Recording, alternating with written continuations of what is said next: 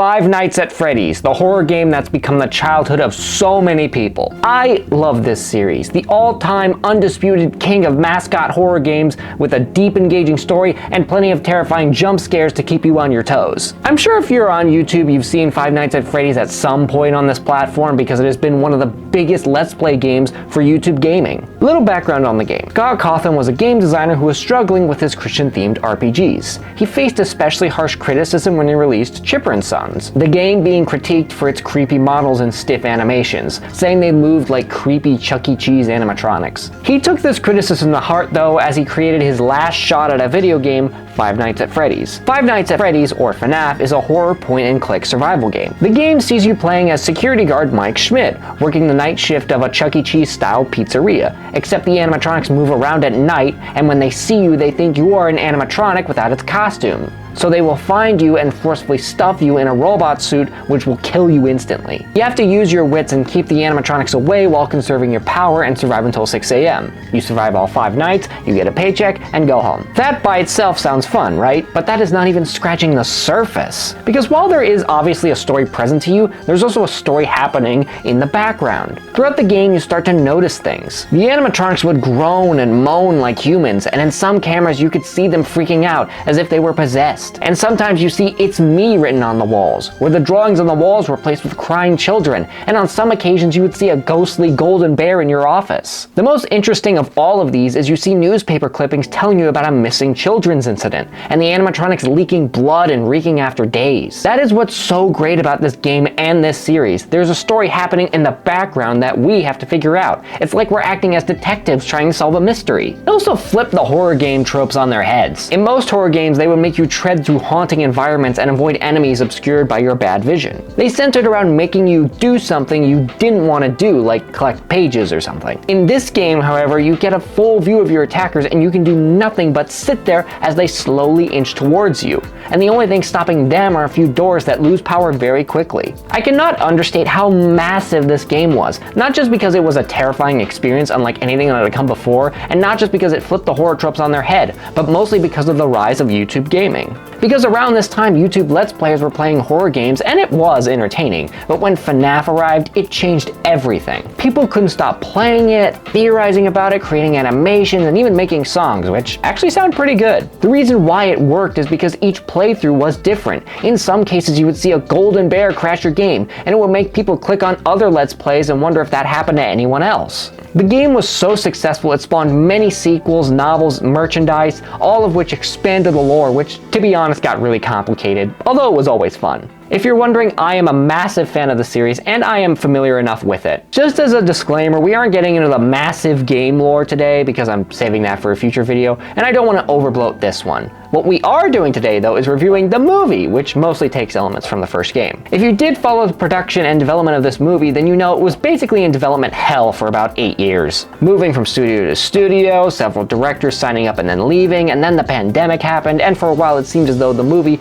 wasn't going to happen. That was until in 2022, we finally got a cast reveal which sent the internet loopy, and then soon after that we got our first trailer, and I was so excited. It was directed by Emma Tommy, who co-wrote the screenplay with Scott and Seth Cudback. It was released in theaters and on Peacock on the same day by Universal Studios on October 27, 2023, made by Blumhouse. Even though critics hated the movie, the general public, including me, absolutely loved it. It was a monster hit too, making almost $300 million worldwide, and while that might not seem a lot when you compare it to Marvel making billions of dollars, this is a horror movie from Blumhouse, with a budget of $20 million, making it the highest grossing Blumhouse movie ever. The real MVPs of this, and the big reason this succeeded, is because of the cast and crew. You can just tell that everyone involved loves Five Nights at Freddy's and wants to please all the fans. I mean, just look at any interview the cast and crew did for this movie. It's obvious. I am so happy this movie did so well. I love the cast and the practical animatronics they made. That doesn't mean it's perfect. It has a few flaws, but I think the movie's worth checking out. Let's take a closer look though. I'm Rocko from Reamlore, and let's dive in. Also, consider liking and subscribing if you enjoyed the video. Instantly while the Universal logo starts up, it starts to glitch out with no sound, which told me right away that this was going to be great. We see a security guard trying to frantically unscrew an air vent as something tries to break into his office. He crawls through the vents until he makes it to a closet. He tries to make his way to the exit as a familiar red fox chases him,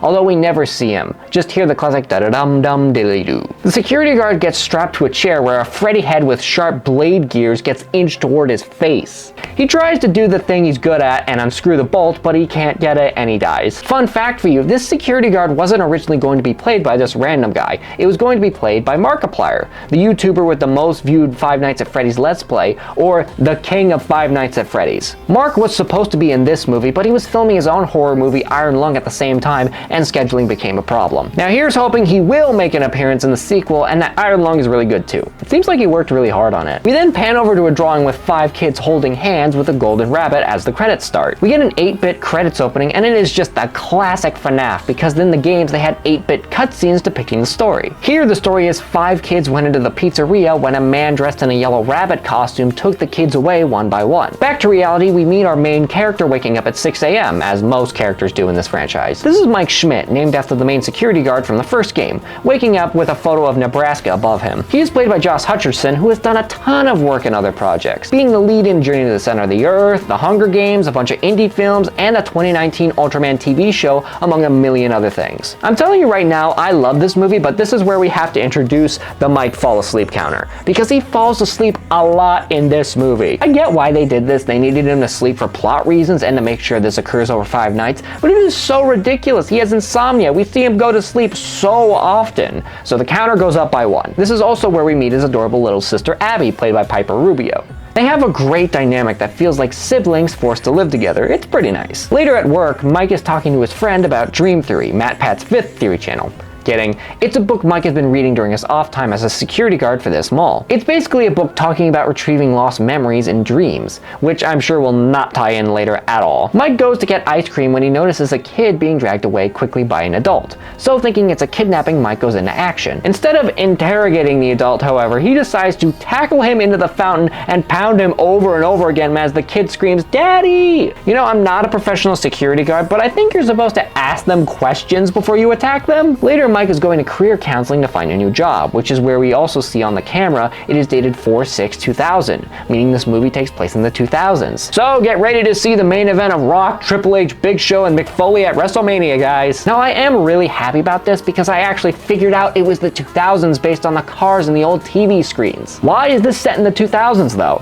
Well, if the timeline dates back to the 70s or even the 40s, depending on where this goes, important characters would be really old if this was like 2023. Mike goes into the office of a career counselor named Steve Raglan, played by Matthew Lillard. Yes! Now yes, there is no point in me hiding it even though the film wants this to be a surprise. Matthew Lillard here plays Steve Raglan, which is just to hide his real name, William Afton, the man behind the slaughter. I say there's no point in hiding it because they told us Matt was playing Will during the cast reveal, so I don't know why they bothered with the mystery and fake identity. Everyone was excited for Matthew to play William Afton because people who grew up with FNAF also grew up with Scooby-Doo. And who did he play? Shaggy. The memes that came out of this were hilarious, but I bet the real reason they hired him was because 1, he's a great actor with tons of credits and kills it in this movie, both figuratively and literally, but also because of his performance in Scream. Because if you didn't know, there he played Ghostface, a threatening serial killer who was also goofy. Not a lot of people can pull that off, so he was the perfect choice for this character. Also, to Scream creators, please bring Matthew Lillard back into your movies, or please bring him back into the MTV Scream TV show. I need season 3, proper season 3. Back to the plot. Steve is looking over Mike's resume and asks why he beat up a man in front of his child. Steve continues to roast him, saying he keeps getting fired for being a nutcase disobeying people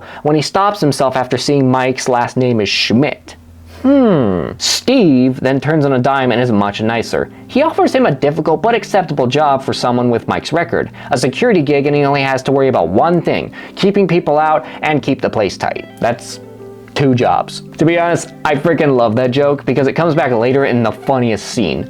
Steve also says the hours are not great, but the pay is worse. So no one can walk in here and tell me the writing isn't great. Mike thinks about it, but says he can't do nights because of Abby and his sleep. But Steve leaves him his card in case he changes his mind. Mike goes home and we learn that life has been kicking his butt as of late, which will eventually make him turn to the job, let's be honest. This is where we meet the babysitter that Mike is employed to watch Abby, Max, played by Kate Connor Sterling. Max doesn't really do much in this film, but it is heavily implied that the reason she sticks around despite not getting paid by Mike is that she has a massive crush on him. We can't worry about that right now, as we have to dig deeper into the many reasons why Mike is going to take the dangerous job. Mike walks in to see Abby drawing some characters, Mike and her friends. Mike can't handle this though and just goes to bed, turning on a tape recorder of the wilderness and has a dream about Nebraska. We go into his dream and see him on a camping trip with his family, his parents and his younger brother Garrett, played by Lucas Grant. Garrett is playing around with his toy plane but runs too far away from the campsite. Mike tries to follow but is too late as Garrett was kidnapped by someone in a car, Mike being too slow to catch up. Also, bring down the sleepy board, it goes up to 2, but the whole segment is just great, showing off why Mike is so disturbed. At Abby's school the next day, Mike is having a meeting with the school doctor and their Aunt Jane, played by Mary Stuart Masterson, who is with her lawyer Doug, played by Michael P. Sullivan. What I have to say about Jane is that she's really fine in this role. She moves the plot forward and really pushes Mike to go to Freddy's, but other than that, she feels like a Nickelodeon sitcom villain, twirling her mustache as he sulks around with her toady. She is actually so one-dimensional it hurts, but she doesn't hurt the film. Next to her, however, is Doug, arguably the best new character, because every time we pan to him, he just has the best look on his face, as if he just saw an animatronic rip someone in half. Jane says Mike is a degenerate who shouldn't be entrusted with Abby, who is mentally ill, which is not true. Jane just says that because she draws pictures all day. Yes, because kids never do that. She then tries to fake cry, and it is the least convincing cry I have ever seen in my life. The point of all this is Jane wants to take Mike to court for custody over Abby. Mike doesn't sign, however, because Jane doesn't care about Abby and just wants the monthly check from the state, but does agree he shouldn't be raising a kid because Abby talks to air more than him. The doctor disagrees, however, because pictures are children's ways of communicating their real feelings, what they believe is real, and keep that in your brain. The point is Mike is at the center of her world because he's in all of her drawings. Mike says that even if he is the right person to take care of Abby, no court is going to side with a violent, jobless nobody, but the doctor says if he has a job, that will help. After thinking it over, Mike decides to call Steve and says he wants the job, which he is more than happy to give to Mike. As Mike drives, it's also important to mention that this is a beautifully shot film. Just everything looks like a screenshot you put at the back of your computer. Mike drives to the location while Steve gives him a little backstory about the place. You all know what he's talking about, Freddy Fazbear's Pizza. What you might not know is during the production of this, the outside was built up from scratch, and it looks amazing. The inside of the place was made to look like an arcade from the 80s, built inside of an old hardware store, so props to the production team for legit building a pizzeria. Steve then fills in the role of the classic phone guy you listen to on every night of the first game telling Mike what's up. He explains that this place was huge back in the 80s with kids, but has been shut down for a long time. The only reason it hasn't gotten the wrecking ball is because the owner isn't ready to let it go yet. Now, he never specifies who the owner is. Like, he could be talking about himself, but he could also be talking about his co-owner from the game's Henry, but it's too soon to tell. They've had trouble with break-ins, mostly drunks, and the security system is dated but functional with cameras inside and outside. He also says the electricity is iffy. Well, no duh, Steve. Have you ever played the game? There is a breaker though, which restarts the power. That's all Mike has to do, keep his eyes on the monitors and keep people out.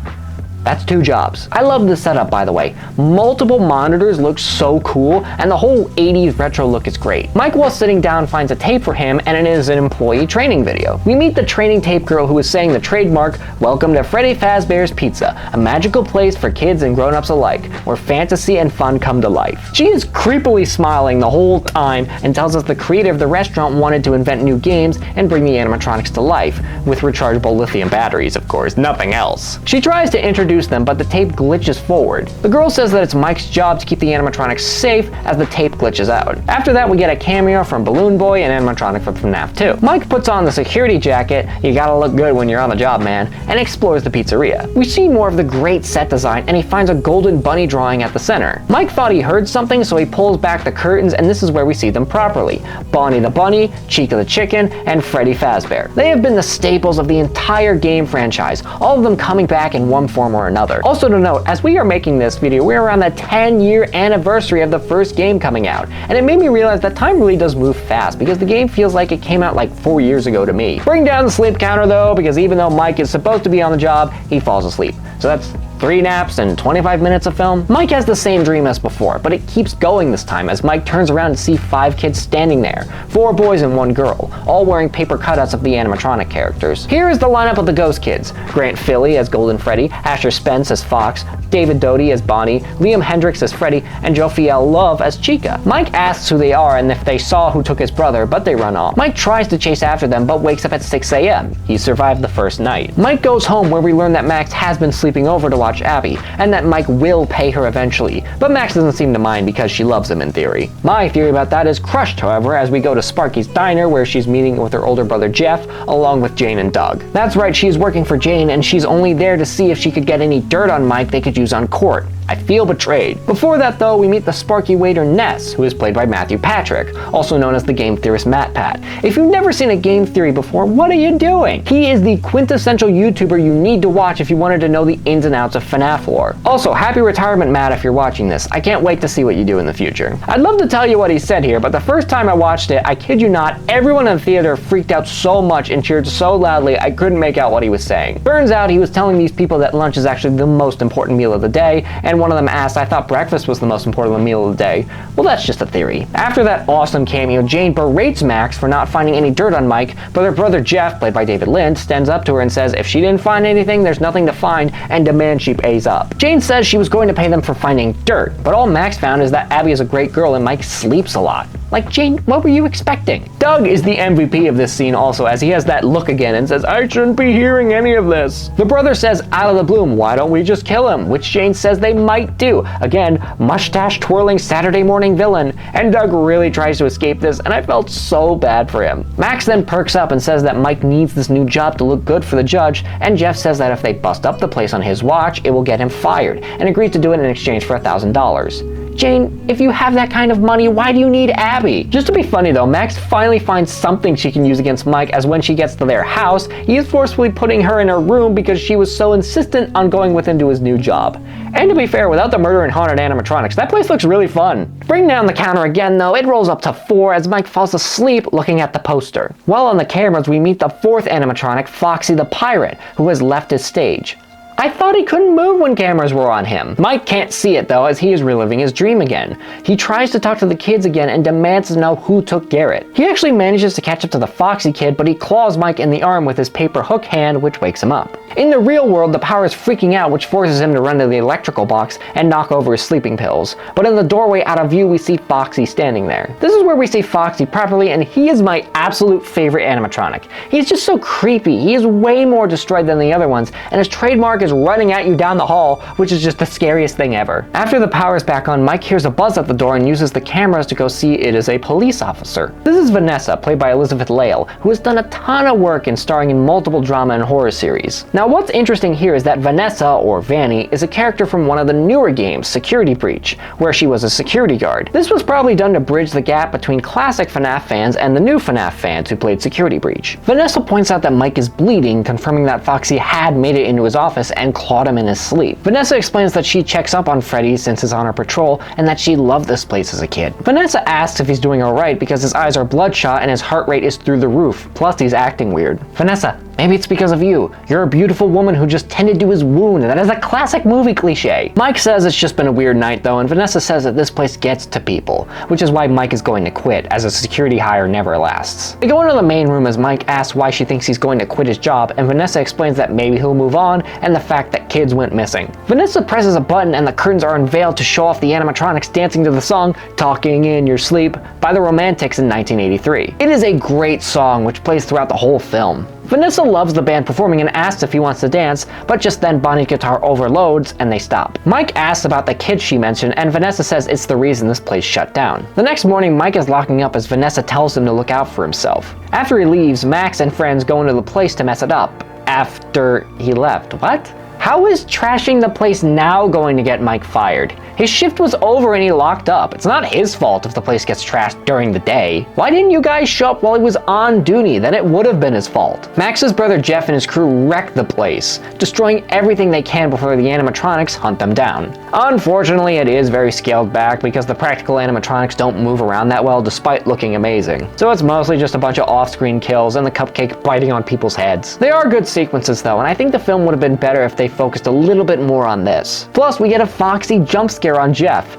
And shockingly, despite the series being all about jump scares, there aren't that many in the film. I have no idea why. They all die, leaving Max in the car to go in looking for them. She sees a little kid in the restaurant telling her to follow him, which is a reference to the games. Max follows him to this back room where she sees in a pile of animatronics Sparky the dog. Sparky was probably the first hoax in the earliest days of FNAF. While people were reporting on Golden Freddy and the newspaper clippings, someone showed off Sparky and said he was legit, but it turned out he was fake. Max doesn't see the kid in his room, but rather Freddy, with the kid's voice echoing from the robot. Max goes up to the animatronic's mouth, and you know where this is going. Max gets pulled into Freddy's mouth and he chomps down, cutting her in half. It is a jaw-dropping scene and definitely the best kill in the movie. Mike is still chilling with Abby back in their home, where Mike is still struggling to connect with her, especially after she finds the custody papers and says she hates Aunt Jane. Mike agrees with her as Vanessa rolls up to their home. Vanessa tells them that Freddy's was broken into and that she found the sleeping pills. Again, Mike was off duty. How is that his fault? To avoid being arrested, Mike explains that he used to have a brother Garrett, and when they were kids, he was taken. They never found the guy who did it or Garrett, so Mike started to use his dreams to see if he could remember who took him. Vanessa understands though. While I usually joke about how strange she is, Vanessa is a great character with real motivations and a nice character arc at the end. Mike also says his mom died a while back and that his dad couldn't handle it.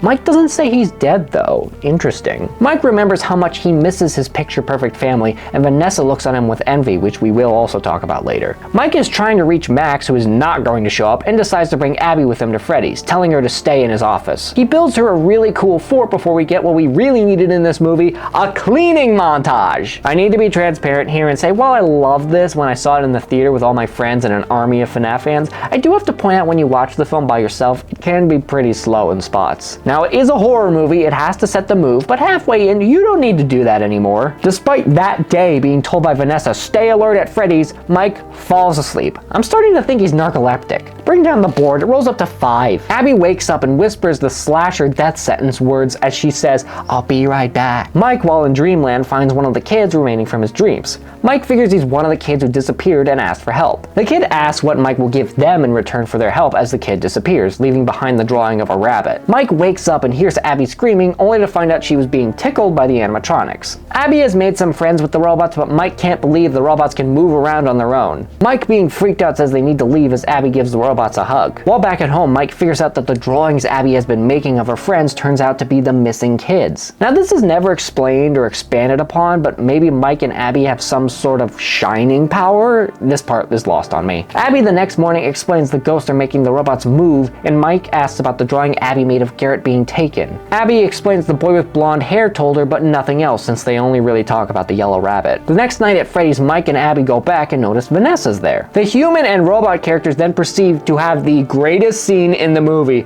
as they build a big fort with tables and chairs that includes Bonnie falling backwards and putting his thumbs up to say, I'm alright guys. Let me remind you all, this is a haunted animatronic possessed by the spirit of a murdered kid building a fort with his friends. Some people complained about this, but this is just FNAF. It's a goofy horror series and I personally love it. Mike and Vanessa are rummaging through the back room where we see another animatronic. This time it's Ella, a very minor character in the series that was doll sized. This time, however, as Vanessa explains, this is an older model made with spring locks, devices that pulled the animatronic parts back so a person could fit inside, but they're so old they've become unstable. Mike asks how Vanessa knows so much about this place, but Vanessa asks why Abby is here. Mike admits that when he's here, his dreams are more vivid, and if there's a chance Abby could know what happened to Garrett, he's willing to risk it. To be fair with Mike, he doesn't know the animatronics are murderous, just that the place is a little unsafe, so I understand why he would be somewhat okay with her here. And the ghosts haven't shown any violent actions aside from the foxy kid clawing his arm, which you could chalk up to him being just scared. Vanessa then turns on a dime being very aggressive, telling him to let it go. Before they could talk more, Abby shocks herself on Bonnie's guitar. She is fine though, and Mike realizes this was a mistake. Before they leave, Mike asks why Vanessa is so scared, but she just flips out at him, telling Mike not to bring Abby back again, threatening to shoot him. After what happened, Mike has no choice but to ask Jane to babysit, which Abby is not happy about. Mike goes back to Freddy's and falls asleep, making it number 6. The dream this time is different, however, as Mike's family are really there. The kids show up and say that Mike can be here every night thanks to them in exchange for Abby. In a moment of weakness, Mike says yes, but instantly changes his mind, remembering Abby. If you're wondering if there are any teases for the sequel, by the way,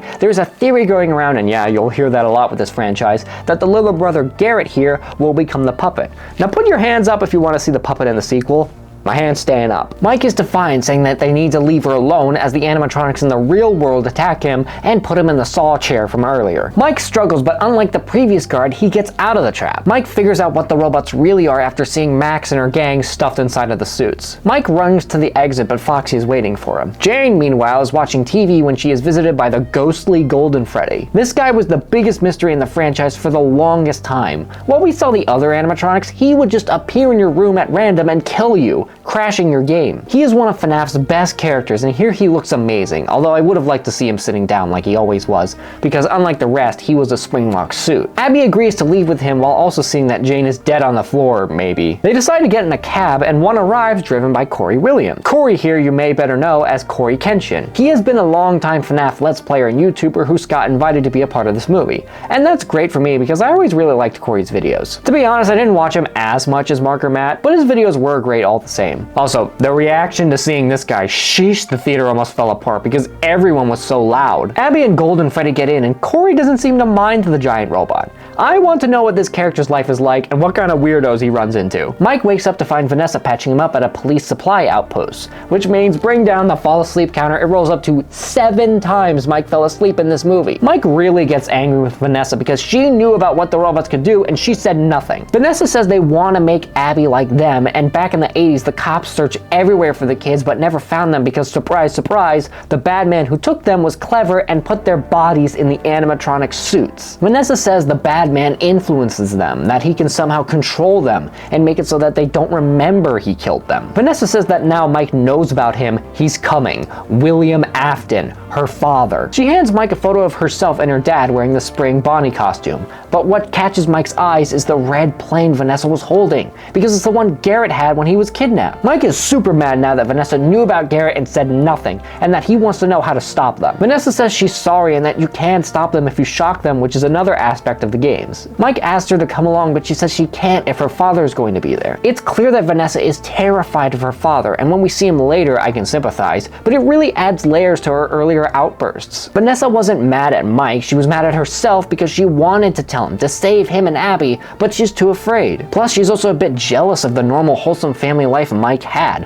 one she probably never had. We also get a music cue when focused on Vanessa of children screaming, which has happened before in the movie. It has some context if you know the games. Because in one of the games called Sister Location, we find out after Afton killed the 5 kids and figured out they can possess robots, William Afton started to kidnap and experiment on kids to recreate this. Maybe in this version, Vanessa stumbled upon what her father was doing and was horrified for them, but also for what her father would do to her if she stepped out of line. It's a good bit of foreshadowing I'd love to see explored in the sequel. Mike takes her cop car and rushes to Freddy's. He gets in through a vent and avoids being seen by the animatronics as Chica takes Abby to the storage room where the Ella animatronic is waiting. Mike pours some water at the feet of Bonnie and Freddy and electrocutes the floor, stunning them. Chica grabs Abby and tries to force her into the animatronic, but Mike shows up to zap Chica and save her. Mike tells Abby he's been an idiot for trying to fix the past and she's the most important thing in the world. They try to escape, but the freaking cupcake shows up and bites Mike's leg. Abby runs away, but Foxy sees her through the curtain as Mike zaps the cupcake with a cattle prod. Foxy searches for Abby in the pizza parlor but can't find her when she hid in the ball pit. Abby, don't go too deep, you might go back in time. I think I played these games too much. Mike, meanwhile, comes face to face with the man behind the slaughter, William Afton, showing up in his golden Bonnie costume. Mike tries to taser the guy, but he's being operated by a dude, so it has no effect, and he shoves Mike across the room. Foxy was about to find Abby when Vanessa shows up to tase the robot. Afton taunts Mike, saying he killed his brother and now he will kill him too. He commands the robots to all wake up and that he will kill Mike as he shows off his knife. Vanessa holds him at gunpoint and demands that he stops. If you somehow didn't understand from the filtered voice or the ghost-faced knife wipe he does, Steve Raglan reveals himself as William Afton, the purple guy. And no, William Afton in the games isn't actually purple, just during the 8-bit games, purple was used to depict a shadowy figure. His son is the one who is purple. Yeah, I played these games too much. Afton tells her to drop the gun and help him, but she instead shoots him. Turns out these animatronic suits are bulletproof though, as he just shakes it off. And question, how did that not set off any of the spring locks? Also, William and Henry made the robots bulletproof? Mike realizes that Abby needs to show the kids what really happened as Afton knocks the gun away, saying that she had one job, keep him in the dark and kill him if he got too close. That's 2 jobs. In anger, he stabs her in the stomach, and props to Matthew here. When she calls him dad, he seems a little revolted by what he had just done for a split second before shaking it off. I always enjoyed the theories surrounding William's origin as a killer was in response to losing his son, the crying child. It just makes him more interesting than just, I'm the psycho bad guy. It was all a distraction though, as Abby puts a new drawing up on the board, one showing the kids that William Afton was the one who killed them. The animatronics turn on Afton even though he tells them to stop, saying that he made them what they are and they should respect him. We then get the scene I have been craving since the movie was announced, because during the FNAF 3 cutscene we see Purple Guy, or William Afton, go into his spring-lock suit, but since it was old and rain had got in, the spring locks failed and all the animatronic circuitry got jammed very violently into his body, with blood spewing everywhere as his body shook violently. I was really curious how this would look in real life. If they gave this Tom Savini gore effect, it would go down as one of the goriest and most creative kills in history, but here it's very tame. Like, we see some metal spikes go into his stomach and he shakes, but there's not really any blood and it kind of looks like he just collapses. Now, I understand why they didn't make this super graphic. This is a PG-13 film, and judging by how many kids and teens I saw in the theater, that was the right move. But for me personally, it was a little underwhelming since I've been waiting 9 years to see it in real life. It doesn't ruin the scene though. My god, if you thought for even 1 second they didn't get the right guy to play Afton, this basically showed you why they got him. Before William goes, he hits his trademark catchphrase, "I always come back," before putting on the spring body mask and dying right there. Yeah, I'm sure we'll never see him again. Freddy and the gang take him away as Mike grabs Vanessa and Abby and takes them away from this nightmare, and the place starts to collapse for some reason. What? Okay, this ending takes a lot of inspiration from the novel, but the place collapsed in that story because the cops were breaking down the walls. Here it's just the building calling quits. In the epilogue, we see Abby's doing much better at making friends with other kids, Mike is much happier, and Vanessa is alive, although sadly in a coma until the sequel probably. Mike thanks her for helping him and Abby, and that they'll be here for her when she wakes up. Abby asks Mike if they can visit the robots that just tried to kill them, and Mike says maybe in the sequel or future. Meanwhile, the blonde kid locks up a still shaking William Afton in the storage room to end the movie. The best bit though is when we get to the ending credits. Do you know what song they play? That's right, it's the Living Tombstone's Five Nights at Freddy's 1 song. This song was made around the time the first game came out, and it is so amazing, now with 360 million views. It sounds so good, and it filled me with so much nostalgia, and it may have gotten the best reaction from the theater, because everybody cheered before they started to sing along. And I think that sums up the movie properly. A great film that just makes the fans happy, while also creating brand new fans. Also, there was a voice spelling out "come find me" in the end credits, and that is how you do an end credits scene, as in something that's a part of the credits. So with that being said, what are the ratings for this? How do my rankings work? Well, there are 4 criteria for my ratings. First is characterization. How characters are depicted factors greatly into the ratings. If they are clearly defined and showcased, then they rank higher. Second is story. How the story progresses from start to finish factors into the ratings. If it's dynamic and interesting, it gets a high score. If it's plotting and boring, it gets a low score. Third is entertainment. How fun something is plays a big part. If you're not enjoying what you're watching, there's no point in viewing. Fourth is importance. How necessary is it for you to watch? In our new world of streaming and rewatching, there's too much to watch. If something is noteworthy, it gets a high score. If it's something you can live with missing, it gets a low score. They will be judged in 5s, 5 being the best and 0 being the worst. However, on certain occasions, if I think something is truly noteworthy,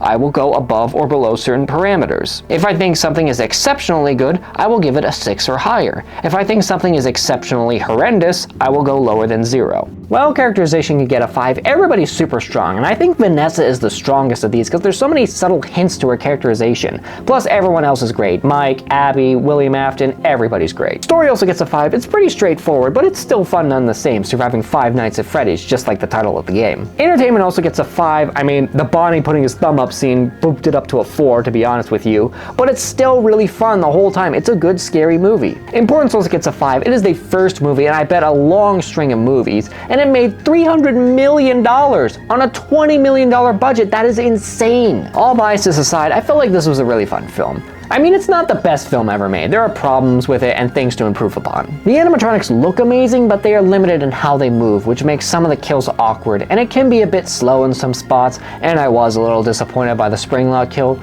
but the movie gave me everything I wanted when I came in. The writing was good, it was scary in the right places, it was absolutely ridiculous in the right places, and I just had fun. That's what a lot of these critics don't understand. You don't need to make a Christopher Nolan masterpiece. It's perfectly fine to make something fun, and I'm super excited for when the the sequel comes out. But with that, thank you for watching. If you like this video, make sure to hit the subscribe button, like the video, and I'll see you next time.